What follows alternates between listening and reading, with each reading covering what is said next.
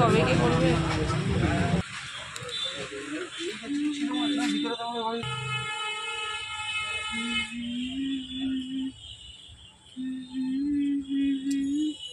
কত গাছ এইদিকে, সেটাই তো প্রচুর। এসছিলাম অবশ্য একবার। কত কেটে দিল।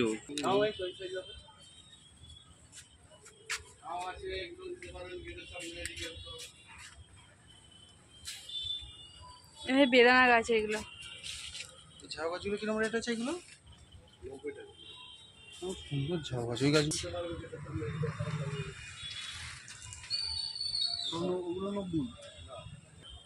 ঘরের ভেতরে রাখতো, ঘরের ভিতরে রাখা যাবে, একভাবে রাখা